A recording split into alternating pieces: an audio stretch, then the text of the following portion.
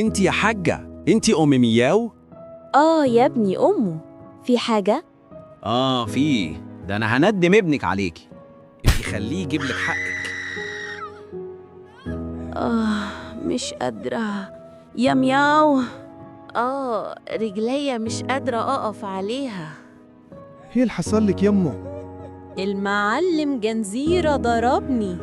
ما تخافيش، انا جنبك وهجيب لك حقك. ده انا هوريك يا جنزيرة الكلب. يبقى انت بتضرب امي؟ لو انت متحمس تشوف مياو هيعمل ايه في معلم جنزيرة، اعمل لايك واشترك في القناة واكتب تعليق.